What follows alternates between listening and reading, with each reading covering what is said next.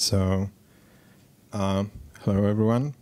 My name is Damian Denis. I'm co-founder of Properly Studio, and we are doing a lot of cool designs for Web3 projects. And today I would like to tell you more about how to build brands for Web3, especially in 2024, because it's a bit different than previously. So let's start. From the beginning, I would like to, come on. At the beginning, I would like to tell you what the branding isn't, because it's not a lot of things that people are thinking it is. So it's not a logo. That might be a bit shocking, but it's true. Often it's a kind of understatement, substitute for branding, but a logo is a very useful tool for business. It's often the only element that we see, but it's not a branding. It's just a symbol for the brand. So it's not a product as well. People often say that they are buying brands, but in real they are buying products of its brand. And it's not a promise that company is making to customers. There is some truth in that. It does end up acting as a promise, but not what it is either. Come in.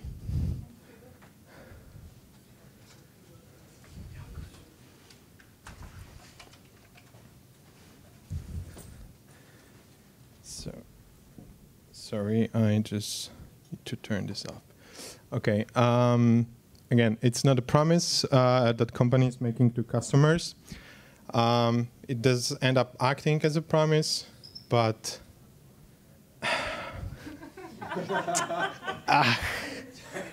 damn it! Come in. Is there someone else? Okay. So let's jump into that. What branding is, basically. And it's a result. It's a customer gut feeling about product, service, or company. And basically here I could finish that part, but because in fact this sentence perfectly sums up very essence of branding. However, I will try to give you a little more details, an outline, an understanding of what branding is so that you won't have any doubts. It ends up in their heads, in their hearts. So going a little deeper into, we can say that it ends up in people's heads and their hearts. So probably you know that. But whatever we give people, they are taking it and making something from it. That's a very important part here. It's 1,000 million brands in one. What does it mean? That means that in the sense we are not creating one branding, but thousands or even millions of brandings in people's heads, because each of these human beings has their own brand vision of what we are creating. Feel free, join. It's also business reputation. What that means, basically your business reputation. So everyone will probably think a little different about what reputation is, but until you have it collected, placed where you want it, additionally it's beneficial to the company, then it's okay. So this is something what we are doing with you. I mean, we as a studio who is creating such brandings. So we are telling the story, and as I mentioned before, it's about what's in people's heads. So brand equals result. And if we gather all of that elements, we can say that the brand is a result of that things, which I mentioned before. So how to measure the effectiveness of branding? There is many of elements that can measure such a thing, and first one is the company income. the easiest one, I think, to measure, although this is hard to measure, but it's had an impact on increases because there are usually many other things going around as well, such as strategy, product structures, etc. But it's certainly an element that has a direct impact on the company growth or losses. The next one is website traffic. That's the other thing that we can measure is website traffic, which may be a very helpful factor to say that we did it successfully. There is a lot of tools that helps to measure this kind of thing, but it's a good point that reflects somehow what we are creating. Is it good? Because we can measure how long people stays on our website, and I will continue on that topic later on. We can measure as well social media followers and their engagement. And I think even engagement, especially in Web3, is more important here. So how we build or rebuild a brand also has a direct impact on how the community around the brand is built. So people just like nice things. And if the brand hits their needs, then we have a win-win situation. So direct sales after campaigns. It's a very powerful tool for businesses. So it can be measured by tracking response rate, monitoring response rate, and many more of metrics which can help us to say we did a good job or not. And how community engagement looks in Web3. So again, what makes strong branding in Web3? Delving even deeper into this topic, what makes brands strong?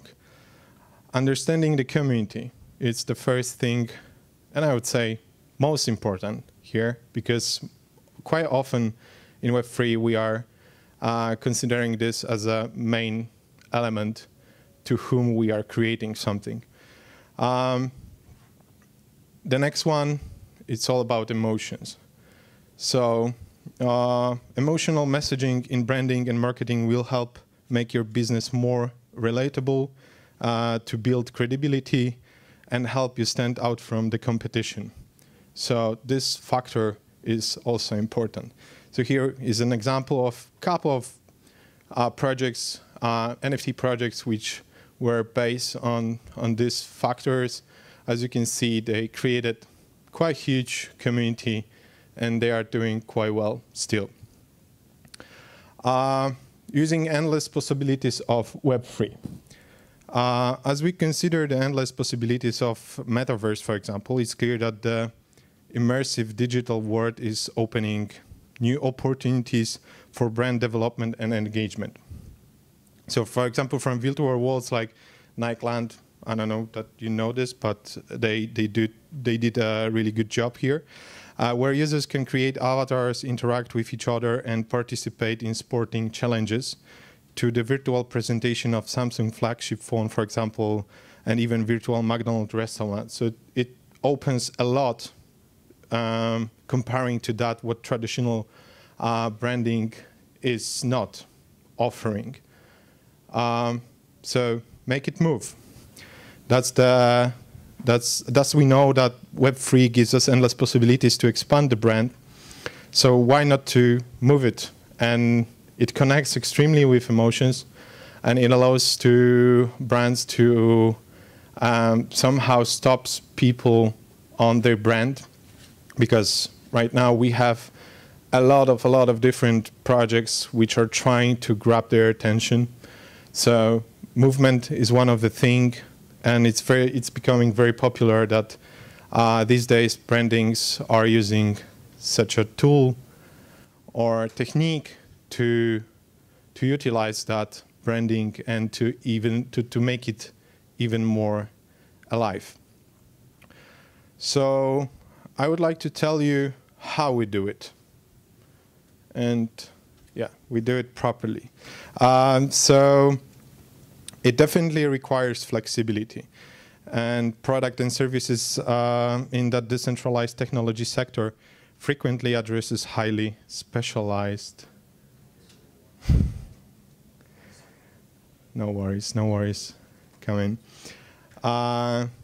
Frequently addresses highly specialized or technical use cases, making them difficult to describe or represent visually for general audience.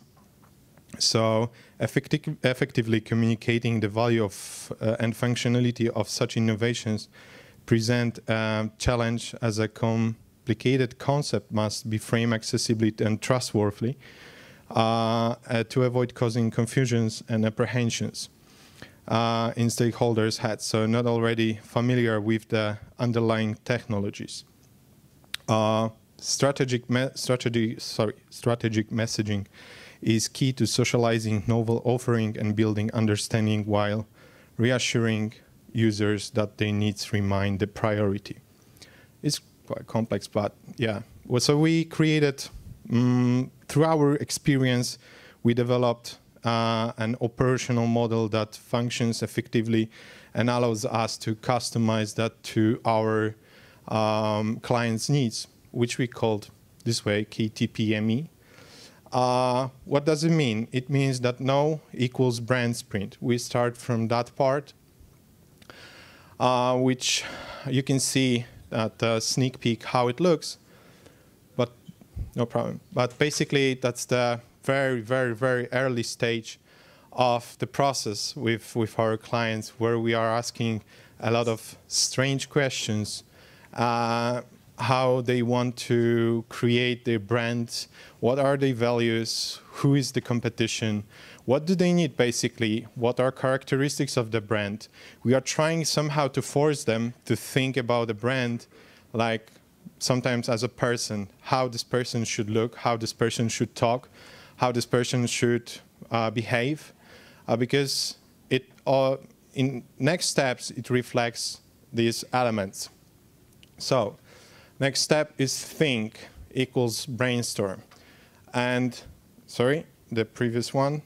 After that process of design brand sprint, we are thinking about how we should prepare this brand. We are trying to process this in our team to create something very valuable for the client, aligned, tailored to his needs.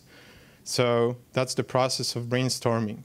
And after that, we are in the process of preparing, which starts from mood boards. And this is the first process where we are showing some kind of visuals to the clients, where we are trying to find our path, which is the goal for the direction of the branding. So it's good to start with some examples, and that's how we do mood boards. So we are showing a couple of things. Sometimes they are more extended, sometimes not, but it depends on the projects. That, as I mentioned before, we are trying to tailor that to the needs of the client. So here is an example how the mood board can look, and we are asking at this moment how they feel such elements, what they would like to follow. Hello, Denis. And the next step is make, which is, I think, the most time-consuming, most exhausting, but most satisfying process for us. So we start here with creative direction.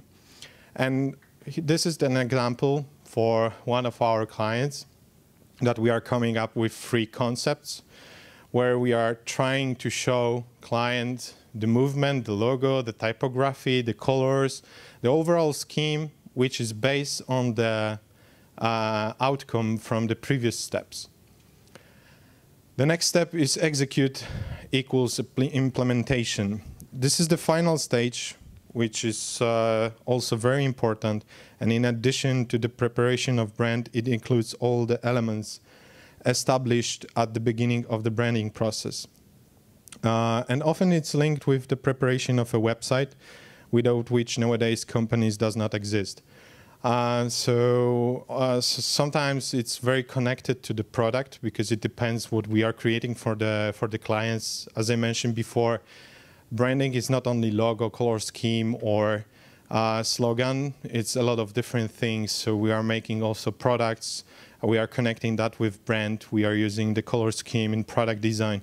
So we are trying to execute that in a proper way.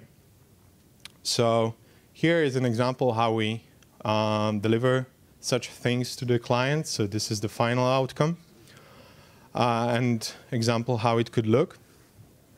And for example, in this case, we had a chance to prepare the website for them.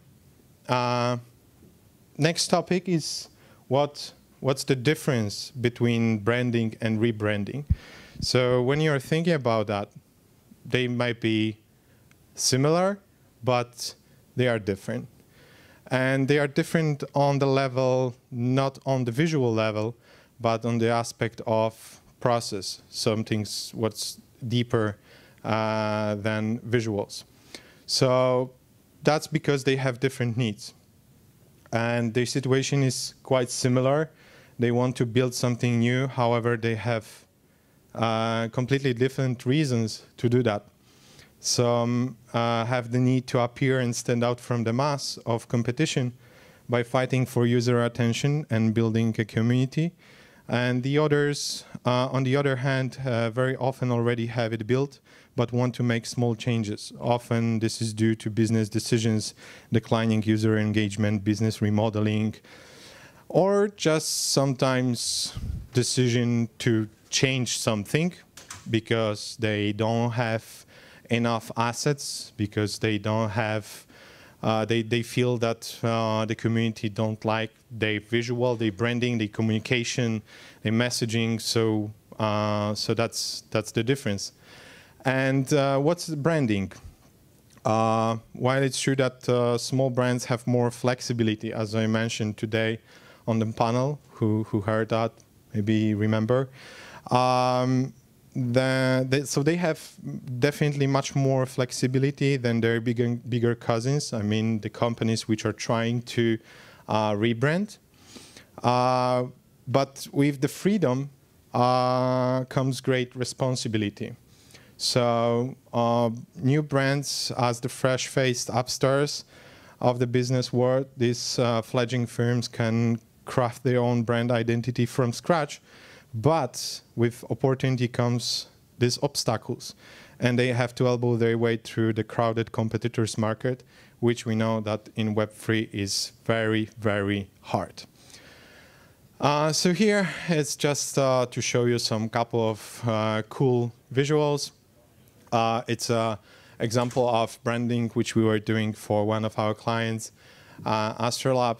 And we did some visuals for them, as I mentioned before, kind of motion and structure, how it could look.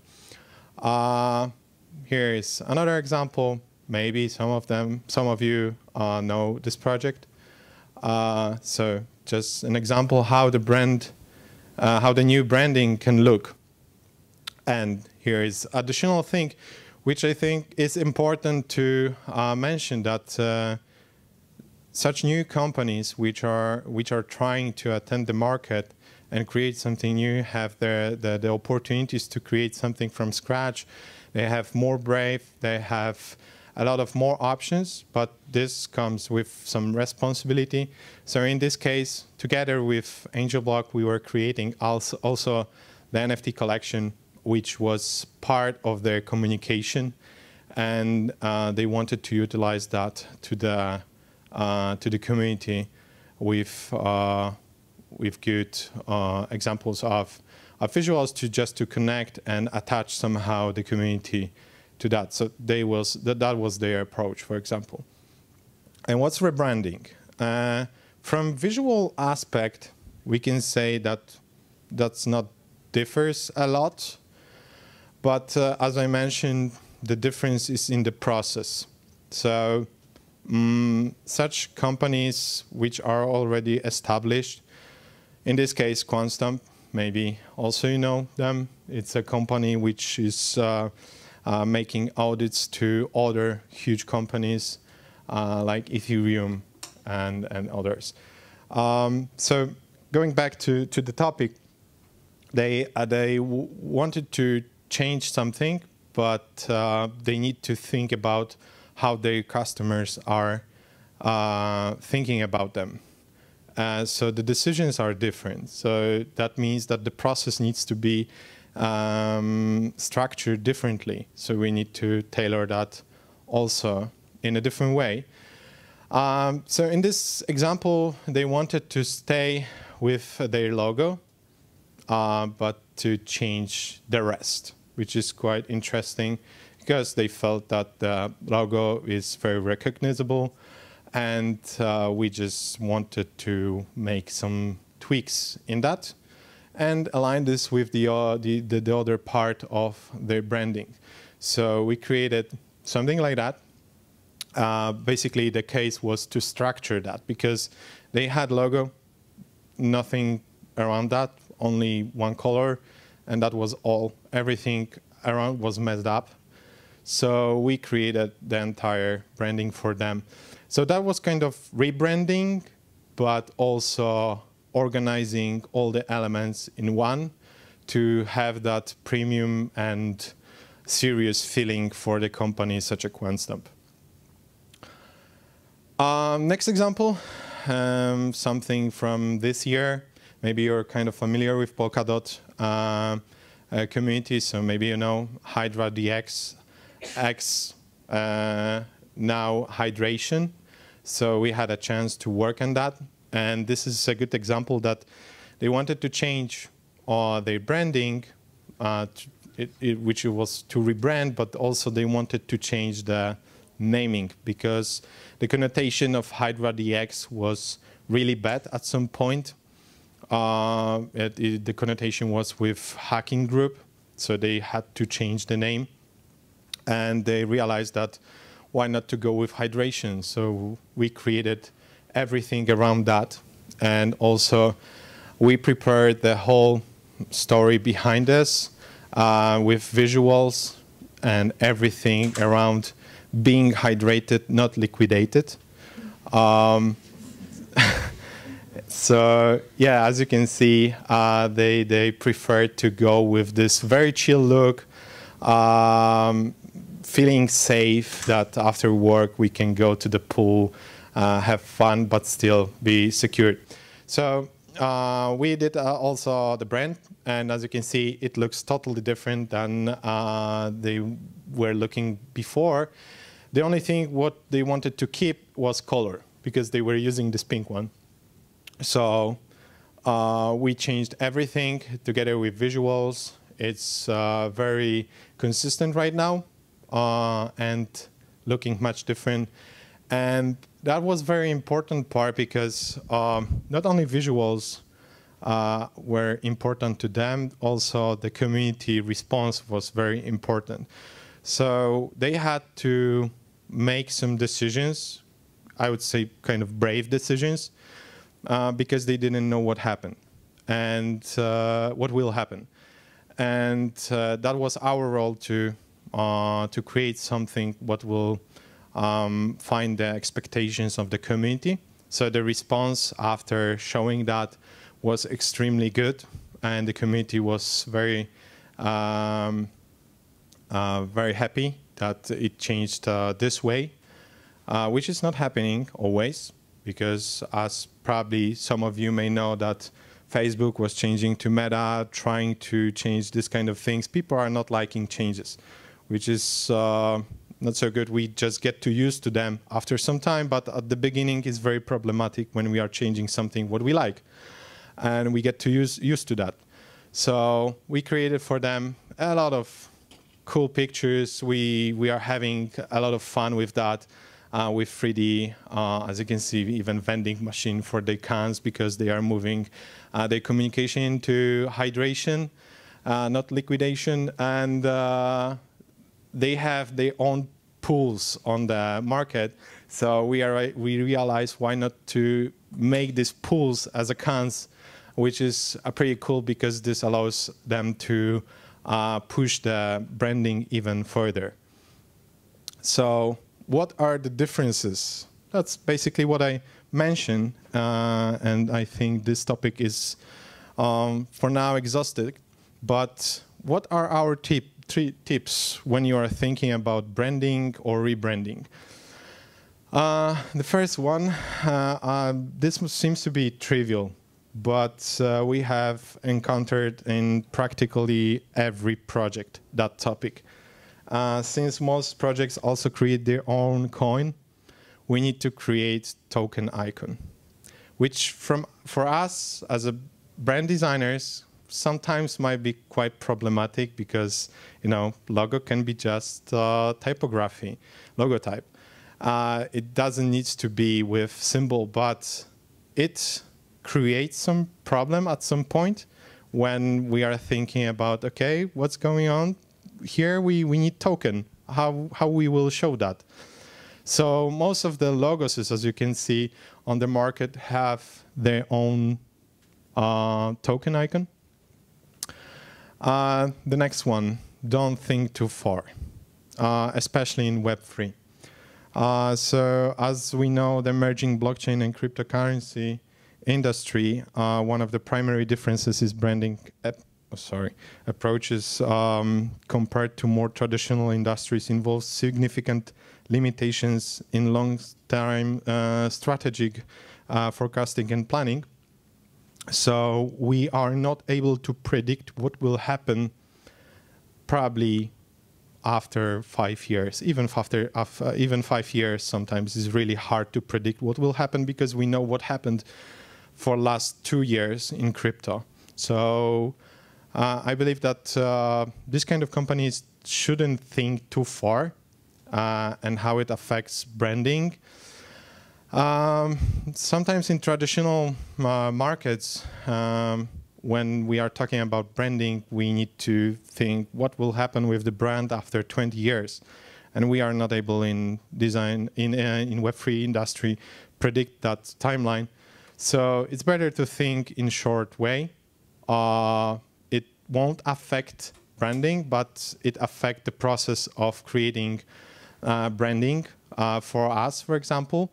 Because sometimes people are thinking, okay, we will be the biggest DEX on something, or let's say Polkadot, or we will be the biggest something. Okay, that's fine, but that's something what will happen in 10 years, and that's not something what we should focus on right now. But one point to that previous one is that mainly is the thing for Web3. Don't copy. Do not copy your competitors. Just be different. I know that these times, sorry, yeah, 2 minutes, okay. These times we are forced by a lot of visuals, especially AI creations. If you go to the Twitter, you will see probably, I don't know, 70% of Twitter is fulfilled with AI-generated images. So if you know how it works, it's a copy of something. It's probably stolen work.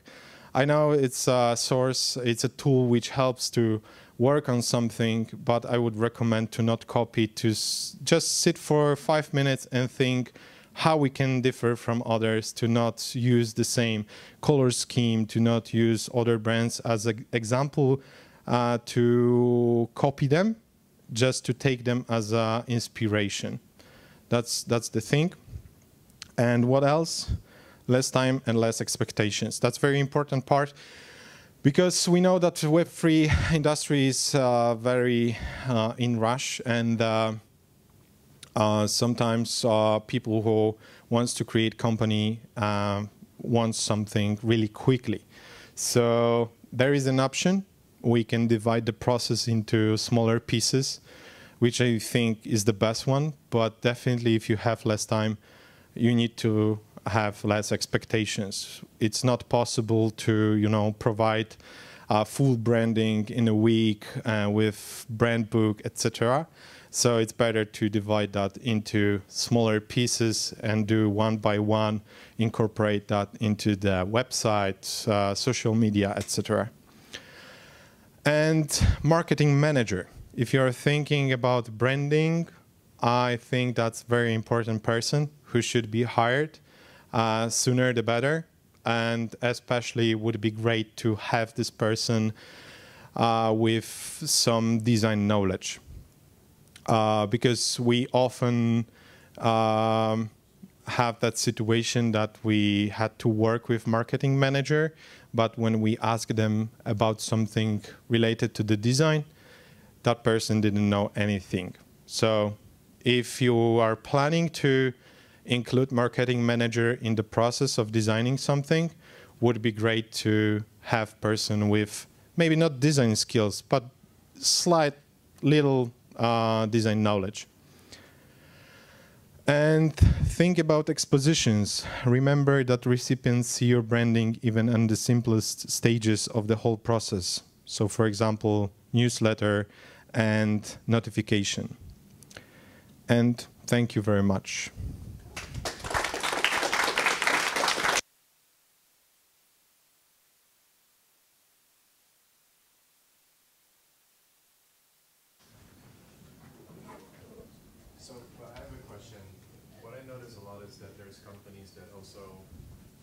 I think you need microphone to record this. Oh. So, yeah. So I noticed that one of the things that is a challenge is not even the branding, but kind of like stalling the branding because you want to have the perfect name or the perfect idea of what your brand should be at. What kind of tip would you give to companies that are in that stage? Because that very often delays the branding, and it's like, oh, we have 2 weeks to do the branding now. What kind of, what tips would you give to that kind of stage? You mean the moment when the company does not have the naming and they are thinking about how they should be called? Or re-establishing the name. So they're kind of like just that step before the actual branding, but you're not able to actually kickstart anything until then. The first thing what I would recommend to contract the amount of people related to that process as much as possible. Because often the decisions are extended because of the amount of people. Exactly the same situation with branding. So if you are at some step with the decision which you need to make, because we are not, as a designers, we are not able to make that decision. We can help you to make the decision, but it's not ours. I would recommend to shrink down the amount of people responsible for that to maybe 2, maximum 3, because often these people are asking their aunts, uncles, what do you think about that? And it's not working because they are making a lot of different thoughts in their heads. But if you have at the very first beginning gut feeling, okay, this name is good, I like it, let's go with that. Make that decision, but do not ask your uncle, aunt, mother, sister, whatever, because it will extend the process. Thank you. If you have any more questions, you can talk to Damian after the talk, of course. Thank you very much. One more answer.